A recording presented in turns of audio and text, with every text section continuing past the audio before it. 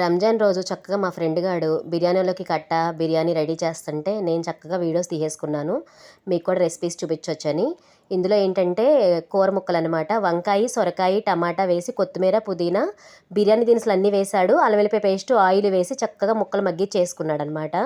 ముక్కలు కొంచెం మగ్గిచ్చేసుకుని దగ్గరకు వచ్చేసిన తర్వాత నూనె చూసారుగా చక్క తేలుతుంది.